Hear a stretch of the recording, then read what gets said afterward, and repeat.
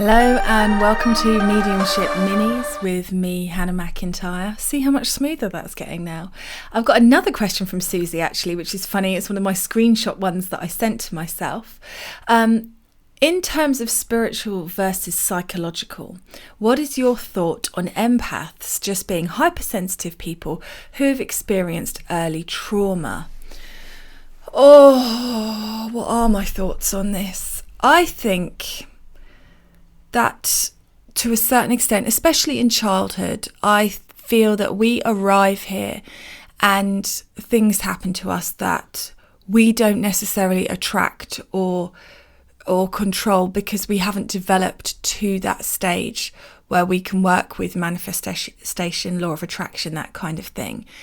And those things, I do believe, are in some part, most part, either predestined, that we will come here and experience, or chosen by our soul for what we need to learn in the moment. And so I do think a lot of people who are spiritual are very sensitive, hypersensitive, absolutely. And I do believe that they're empaths as well. And I think the two go hand in hand. You don't have one without the other. You can't have a non-sensitive empath because they can't perceive and receive information, but you can have somebody who's very sensitive who isn't empathic. There are people, aren't there, who are very, their empathy is turned off. I do believe we all have the capacity for empathy for most part, but their empathy is turned off and they are in their bubble of self. And therefore they're not connecting externally. And within that, I want to say that, of course, there are people that have certain conditions that make empathy not available to them. And that's okay too. It's a rich tapestry of peeps that we live with, and it's amazing. So let me go back to the question because I've taken it off my screen. In terms of spiritual versus psychological,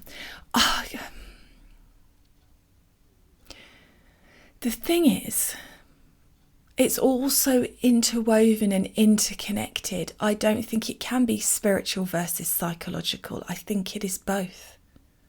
I know for me, the spiritual journey has been about undoing my psychological issues, restrictions, barriers, and boundaries.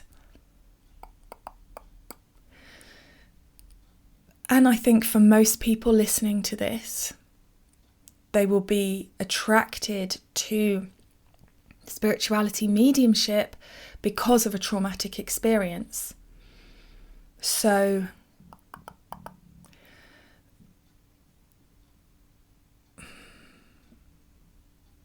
this is where you get into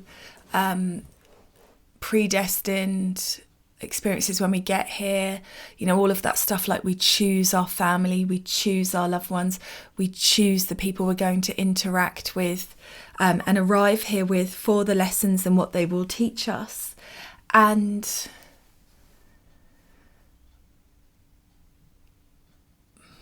I did a psychology, I didn't finish it, I did psychology A-level, and I went to Northampton University to study psychology before I fell off the wagon due to various issues. But it's always an interesting one for me because I do believe that there are definite psychological problems that people have, issues, things that need to be treated. And then I also believe that there are spiritual journeys where things happen to us for our growth, for our soul's growth, for a higher purpose. And so I'm somewhere batting around in that, Susie. Let me know your thoughts. I'm fascinated by this. I think it's a mix. It's not one nor t'other. It's both. It's everything. And that's what just makes spirit so bloody clever and fascinating and mind-blowing to me. Always. Thanks for submitting a question.